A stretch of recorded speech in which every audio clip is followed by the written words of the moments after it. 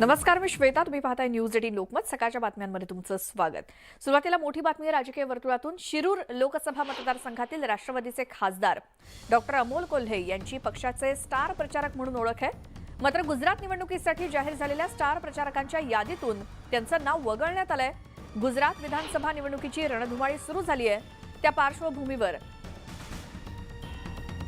राष्ट्रवादीनं स्टार प्रचारकांची यादी जाहीर केली.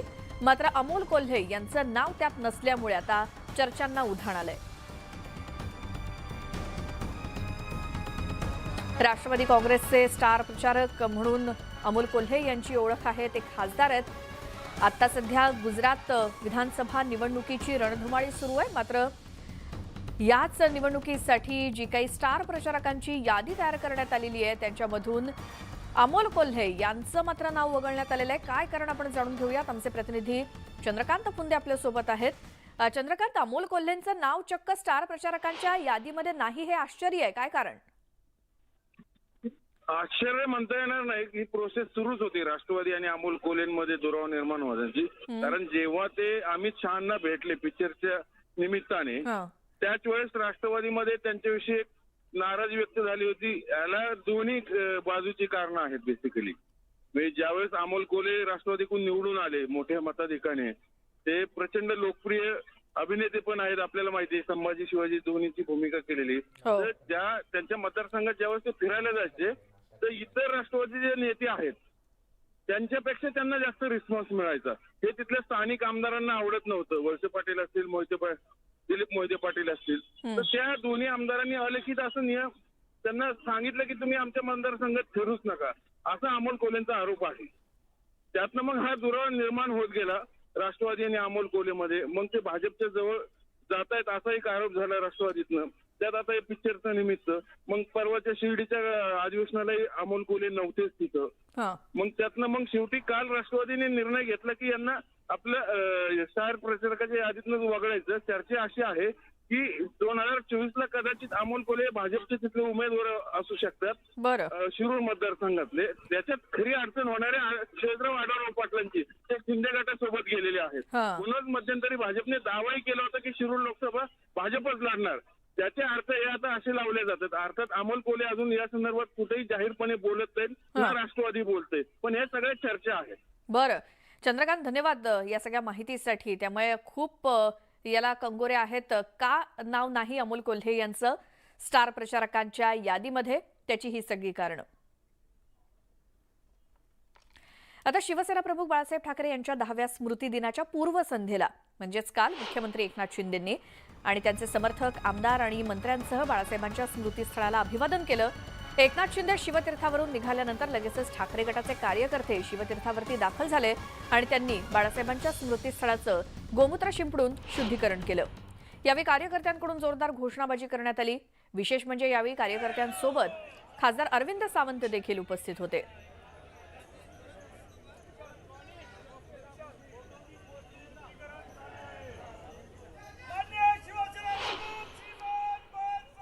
त्या स्मृतीस्थळावर ज्या श्रद्धेनं निष्ठेनं प्रचंड प्रेमानं शिवसैनिका हे स्मृतीस्थळ उभं केलं आहे आदरणीय पक्षप्रमुख उद्धवजी ठाकरे यांच्या मार्गदर्शनाने, त्या स्मृतीस्थळावर अशा अपवित्र लोकांनी येऊन त्यांना वंदन करणं हे सुद्धा गैर आहे. चीड आहे त्याची, गैर म्हणण्याची चीड आहे सर्वसामान्यांमध्ये.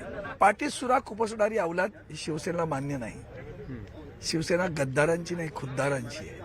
आणि म्हणून अशी लोक येऊन जर इथं येत असतील तर निश्चितपणे शिवसैनिकांमध्ये चीड निर्माण झाली आणि म्हणून त्यांनी त्या स्मृतीस्थळालाच गोमूत्राने आपल्या संस्कृती आणि संस्काराप्रमाणे स्वच्छ केलं. बाळासाहेब ठाकरे यांचा स्मृतिदिन आणि त्याच्या पूर्वसंध्येला मुख्यमंत्री एकनाथ शिंदे आणि त्यांच्या समर्थकांनी तिथे येऊन अभिवादन केलं. मात्र त्यानंतर लगेचच शिवसेना उद्धव बाळासाहेब ठाकरे पक्षाच्या कार्यकर्त्यांनी तिथे येऊन या स्मृतीस्थळाचं गोमूत्र शिंपडून शुद्धीकरण केलं आणि स्वतः अरविंद सावंत सुद्धा त्यांच्या कार्यकर्त्यांसोबत उपस्थित होते. कार्यकर्त्यांकडून घोषणाबाजी तिथे करण्यात आली आणि शिवसेना प्रमुख बाळासाहेब ठाकरे यांच्या 10व्या स्मृतिदिनाच्या पूर्वसंध्येला म्हणजे काल मुख्यमंत्री एकनाथ शिंदेंनी त्यांचे समर्थक आमदार आणि मंत्र्यांसोबत बाळासाहेबांच्या स्मृतीस्थळाला अभिवादन केलं. त्यावेळी ही दृश्ये आहेत. आणि एकनाथ शिंदे शिवतीर्थावरून निघाल्यानंतर लगेचच ठाकरे गटाच्या कार्यकर्त्यांनी तिथे येऊन गोमूत्र शिंपडलं आणि शुद्धीकरण केलं. आता स्वातंत्र्यवीर सावरकरांचा अपमान करणाऱ्या राहुल गांधींना जाऊन मिठी मारणाऱ्या आदित्य ठाकरेंचं शुद्धीकरण नक्की कसं काय करणार असा सवाल बाळासाहेबांची शिवसेना पक्षाच्या प्रवक्त्या शीतल म्हात्रे यांनी यावरती विचारलाय. हृदय सम्राट बाळासाहेब ठाकरे यांचा स्मृतिदिन आणि या स्मृतिदिनाच्या पूर्वसंध्येला माननीय एकनाथजी शिंदे आणि सर्व मंत्री, आमदार, सर्व कार्यकर्ते यांच्या समवेत आज स्मृतीस्थळावर शिवाजी पार्क येथे त्यांना अभिवादन करायला गेले. परंतु ते अभिवादन झाल्यानंतर उद्धव गटाने तिथे गोमूत्र शिंपडलं असं ऐकलं. खरं तर जे विचारांचा वारसा घेऊन चाललेले आहेत त्यांच्यासाठी गोमूत्र वगैरे शिंपडणं हे खरोखर हास्यास्पद आहे. मला असं वाटतं की राहुल गांधीजी जे वीर सावरकरांना, ज्यांना स्वातंत्र्यवीर सावरकर म्हणून उभा देश ओळखतो, त्यांना माफीवीर म्हणाले. त्यांना सावरकरांच्या संदर्भात किती माहिती आहे मला कल्पना नाही, परंतु त्यांच्याबद्दल ज्या पद्धतीने आणि जे ते बोलले ते खरोखर त्याचा निषेध करावा तेवढं थोडं आहे. आणि अशा राहुल गांधींना जाऊन आदित्यजी मिठी मारतात, तर या आदित्यजींचं शुद्धीकरण हे सर्व उद्धव गटातले कार्यकर्ते हे कशा प्रकारे करणार आहेत? मला असं वाटतं गोमूत्राने अंघोळच करायला लागेल, तेव्हाच त्यांच्या विचारांचं आणि त्यांचं आदित्यजींचं शुद्धीकरण होईल. तर मनसे नेते संदीप देशपांडे यांनी देखील आदित्य ठाकरेंना टोला लगावलाय. स्वातंत्र्यवीर सावरकरांचा अपमान करणाऱ्यांना काही लोक मिठ्या मारतात, या नेत्यांचं करायचं काय, खाली डोकं वर पाय असं म्हणत संदीप देशपांडेंनी टीका केली आहे.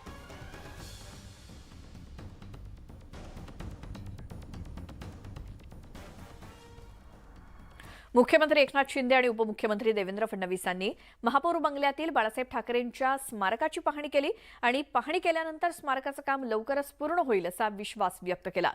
स्मारकाच्या समितीमध्ये कोण आहे यात रस नसून हे स्मारक जनतेचं असेल अशी प्रतिक्रिया मुख्यमंत्री एकनाथ शिंदेंनी दिली. तसंच प्रायव्हेट मीटिंगसाठी स्मारक वापरू नये असा टोला उपमुख्यमंत्री देवेंद्र फडणवीसांनी अप्रत्यक्षपणे उद्धव ठाकरेंना लगावला.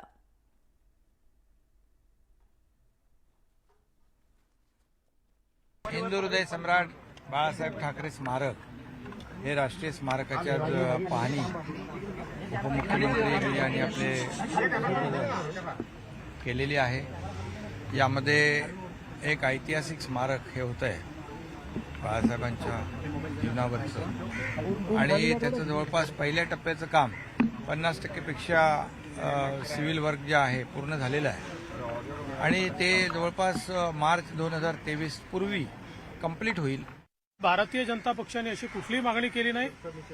बाळासाहेबांचं स्मारक आहे हे जनतेचं स्मारक आहे, ते जनतेचंच राहणार आहे. त्याच्या मॅनेजिंग कमिटीत कोण आहे कोण नाही आहे याच्याशी आम्हाला घेणं देणं नाही. हे स्मारक तयार करण्याकरता त्या काळामध्ये मी स्वतः मुख्यमंत्री असताना आम्ही कायदा करून ही जागा हँडओव्हर केलेली आहे.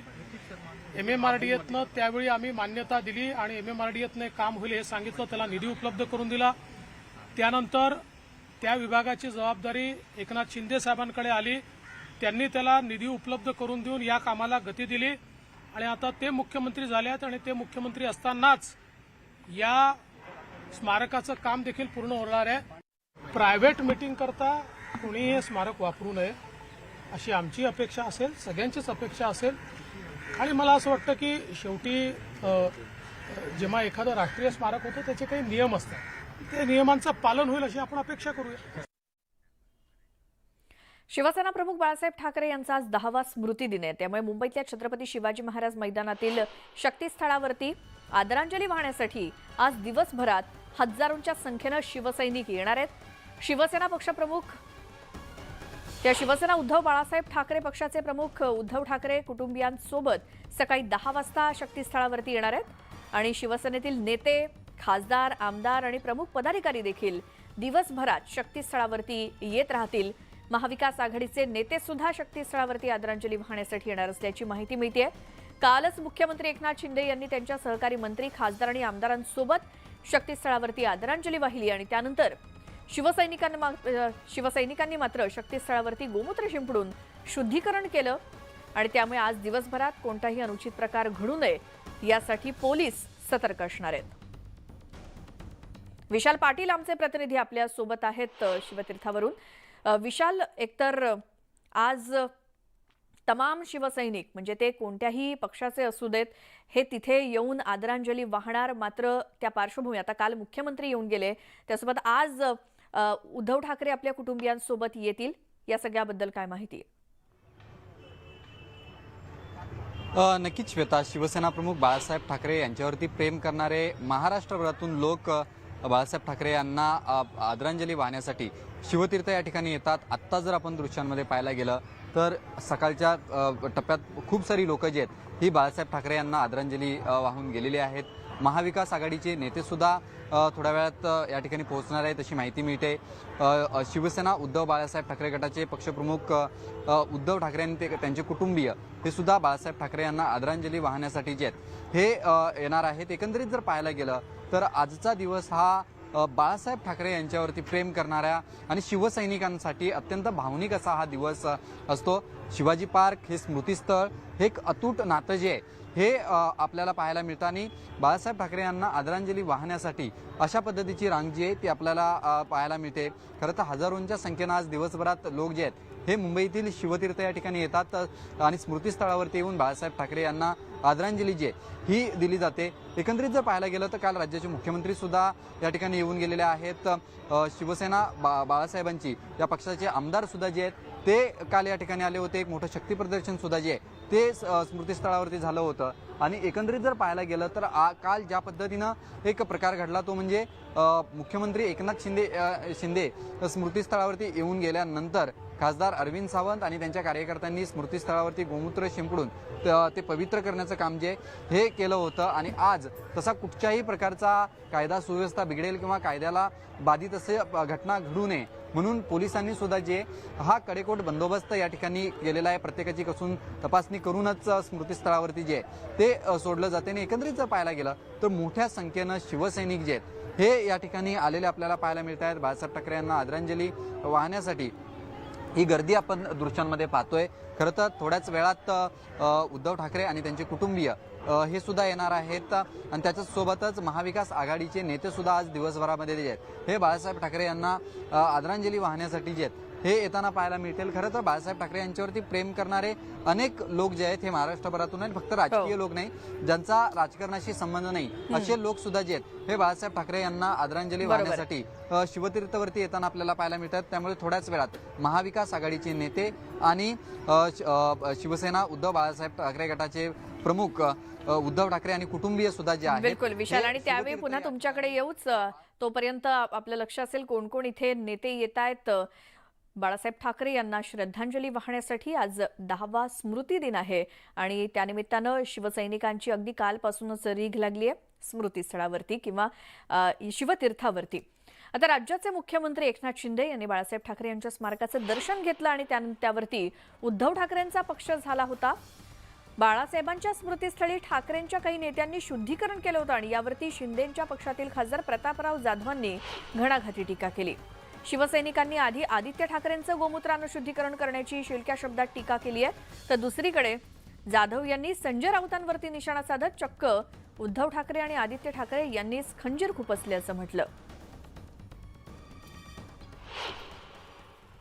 अरविंद सावंतांना माझं आव्हान आहे की गोमूत्रानं जर शुद्धीकरण करायचं असेल तर पहिले आदित्य ठाकरेंचं गोमूत्रानं शुद्धीकरण करा. कारण की ज्या राहुल गांधीची गळा भेट घेऊन ते आलेले आहेत त्या राहुल गांधीची गळा भेट घेणारी मुलगी ही पाकिस्तान जिंदाबादचे नारे घेताना त्या ठिकाणी दिसत आहे. खंजीराचीच भाषा विचारायची असेल तर आपण माननीय आदित्यजी ठाकरे साहेब उद्धवसाहेब ठाकरे यांना विचारा की आपण काँग्रेस राष्ट्रवादी सोबत सत्तेसाठी हातमिळवणी करत असताना आपण कोणत्या विचारामध्ये आपले खंजीर खुपसत आहात. ते जर कधी या स्मारकाची पाहणी करायला जातील तर त्यांना हा प्रश्न विचारा की तुम्ही खंजीर हे काँग्रेस आणि राष्ट्रवादीच्या विचाराचे सेक्युलर संधी खंजीर बाजूला ठेवून बाळासाहेबांचे ज्वलंत हिंदुत्ववादी विचार घेऊनच तुम्ही त्या दर्शनाला जा.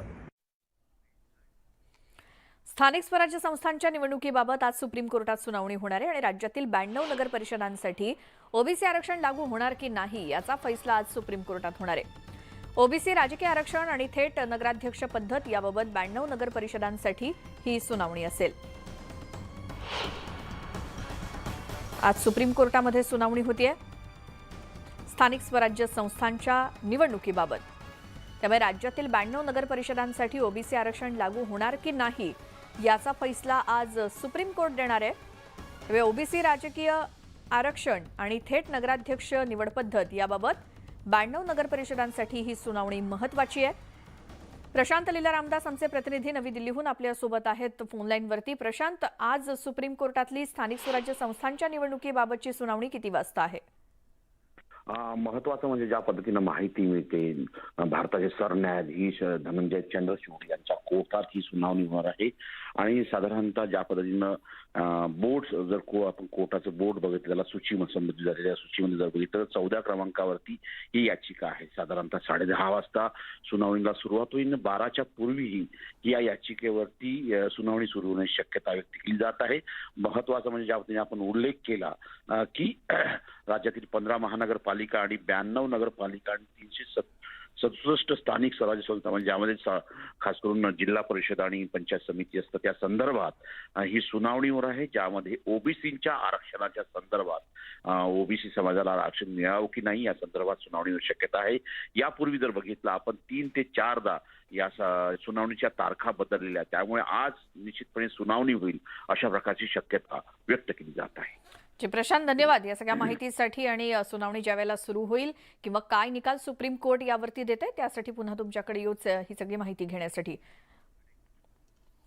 केंद्रीय मंत्री नारायण राणे यांच्या आदिश बंगल्यामध्ये त्यांनी स्वतः तोडक कारवाई सुरू केली आहे. मुंबई महानगरपालिकेनं त्यांच्या बंगल्यातलं काही बांधकाम हे अनधिकृत ठरवलं होतं. हायकोर्टानं सुद्धा या निर्णयावरती स्थगिती दिलेली नव्हती. त्यामुळे त्यांनी स्वतःच हे बांधकाम पाडायला सुरुवात केलेली आहे. केंद्रीय मंत्री नारायण राणे यांचा आदिश बंगला जो मुंबईमध्ये त्या ठिकाणी काही अनधिकृत बांधकाम असल्याचं आढळून आल्यानंतर मुंबई महानगरपालिकेनं खरं तर हे बांधकाम अनधिकृत ठरवलं होतं आणि हायकोर्टानं या निर्णयावरती काही स्थगिती दिलेली नव्हती. त्यामुळे आता स्वतः राणेंनीच हे बांधकाम पाडायला सुरुवात केलेली आहे. आमच्या प्रतिनिधी प्रणाली कापसे आपल्यासोबत आहेत. प्रणाली, स्वतः राणेंनीच आता दुरुस्ती करायला सुरुवात केली आहे का? ज्या पद्धतीनं हे बांधकाम अनधिकृत ठरवलं महानगरपालिकेनं त्यानंतर आपण जर बघितलं तर महाविकास आघाडी सरकार ज्यावेळेला आलं होतं त्यावेळेलाच केंद्रीय मंत्री नारायण राणे यांच्या जुहूतल्या आदिश बंगल्यावर टाच आलेली होती. या आदिश बंगल्यातील बांधकाम जे आहे ते अनधिकृत ठरवण्यात आलेलं होतं. मुंबई महानगरपालिकेनं त्यांना नोटिसा बजावलेल्या होत्या आणि त्यावर जे काही उत्तर राणे कुटुंबियांकडनं देण्यात आलेलं होतं त्या विरोधात मुंबई महानगरपालिकेनं ते अनधिकृत ठरवलेलं होतं. त्यानंतर हायकोर्ट आणि पुढे सुप्रीम कोर्टात अशी राणे कुटुंबियांनी धाव घेतलेली होती. परंतु सुप्रीम कोर्टानं पुन्हा ते प्रकरण हायकोर्टाकडे पाठवलं आणि अगदी काही दिवसांपूर्वी हायकोर्टानं सुद्धा हे बांधकाम अनधिकृतच आहे अशा या गोष्टीवर शिक्कामोर्तब केलेला होता. त्यामुळे आता स्वतः नारायण राणे कुटुंबियांनी हे बांधकाम पाडायला सुरुवात केलेली आहे. या घरातील जो 7वा मजला आहे जो की कुठेही रिफ्यूज एरिया म्हणून वापरला जातो, तर तो रिफ्यूज एरिया क्लिअर करावा, तिथे मोकळी जागा ठेवावी जेणेकरून आग लागली किंवा अजून काही गंभीर परिस्थिती निर्माण झाली तर तिथे सगळ्या लोकांना एकत्रित येता येतं. यासाठी 7वा मजला हा कुठल्याही इमारतीमध्ये रिफ्यूज एरिया असतो तो मोकळा करावा असं महानगरपालिकेनं सांगितलं होतं. त्यानुसार 7वा मजल्यावरचं रिफ्यूज एरियाचं बांधकाम थोडं तात्पुरतं बांधकाम जे केलेलं होतं ते आता तोडण्याची कारवाई स्वतः राणे कुटुंबीय करताना आपल्याला दिसत आहे. प्रणाली, धन्यवाद या सगळ्या माहितीसाठी. पुढची बातमी. अगोदरच राहुल गांधी यांनी सावरकरांबद्दल केलेल्या विधानानं महाराष्ट्रामध्ये खळबळ उडाली आहे आणि अशातच आता काँग्रेसचे प्रदेशाध्यक्ष नाना पटोले यांनी धक्कादायक विधान करून वादाला तोंड फोडलंय. भगवान बिरसा मुंडा हे इंग्रजांच्या प्रलोभनांना बळी पडले नाहीत, उलट सावरकरांनी इंग्रजांना पत्रव्यवहार करून माफी मागितली होती असं पटोले म्हणाले. इतक्यावरतीच ते थांबले नाहीत तर पुढे नाना पटोले म्हणाले की इतकंच नाही तर सावरकर हे इंग्रजांकडून महिन्याला 60,000 रुपये माफ करा सावरकर इंग्रजांकडून महिन्याला 60 रुपये पेन्शन देखील घेत असल्याचं त्यांनी म्हटलं. नाना पटोलेंच्या या विधानानं नवा वाद निर्माण होण्याची शक्यता आहे.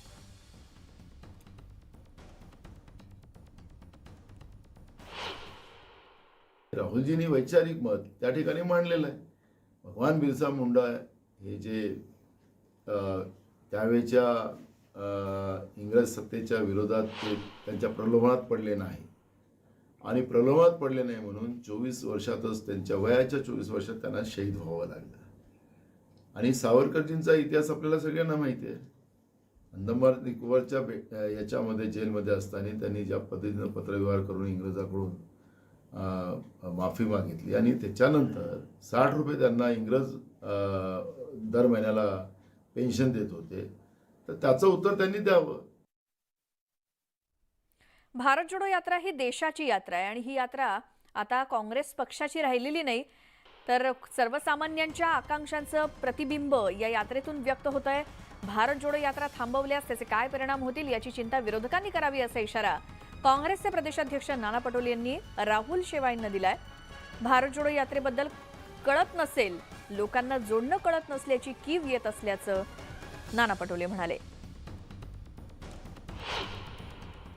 भारत जोडो जे यात्रा चालू आहे त्या यात्रेमध्ये राहुल गांधी यांनी जी स्वातंत्र्यवीर सावरकरांच्या बद्दल जे वक्तव्य केले ते अत्यंत निंदनीय वक्तव्य केलेलं आहे. महाराष्ट्र राज्याचे मुख्यमंत्री आणि महाराष्ट्र राज्याचे उपमुख्यमंत्री यांना विनंती करतो की या वक्तव्याची गंभीर दखल घेऊन आपण ही भारत जोडो यात्रा आहे ती खऱ्या अर्थाने थांबवावी महाराष्ट्रात आणि त्यांना महाराष्ट्रात कायद्याचं राज्य आहे, महाराष्ट्रात स्वातंत्र्यवीर सावरकरांचं राज्य आहे, त्यांच्या विचारांचं राज्य आहे हे त्यांना दाखवून द्या.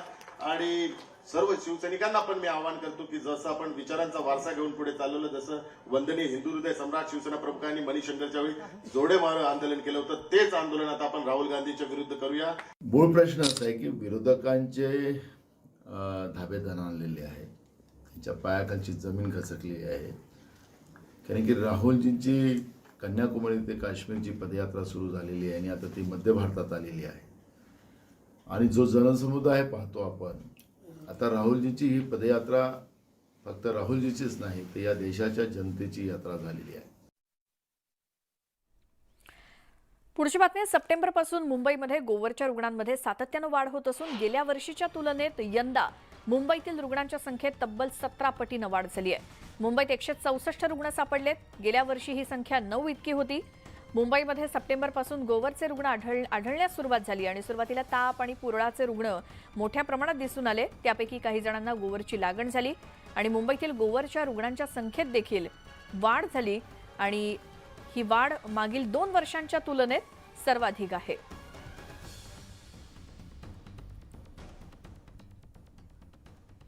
एसटी कर्मचाऱ्यांच्या भत्त्यामध्ये 6% वाढ करण्याचा निर्णय राज्य सरकारनं घेतला आणि या निर्णयामुळे एसटी कर्मचाऱ्यांना राज्य सरकारी कर्मचाऱ्यांप्रमाणेच अर्थात 34% महागाई भत्ता मिळणार आहे. या निर्णयामुळे एसटी कर्मचाऱ्यांमध्ये आनंदाचं वातावरण आहे. एसटी कर्मचाऱ्यांना शासकीय कर्मचाऱ्यांप्रमाणेच महागाई भत्ता दिला जातो. मात्र महागाई भत्ता वेळेवरती दिला जात नसल्याची तक्रार एसटी कर्मचाऱ्यांची होती. आता मात्र या तक्रारीनंतर सरकारनं महागाई भत्ता वाढवलाय.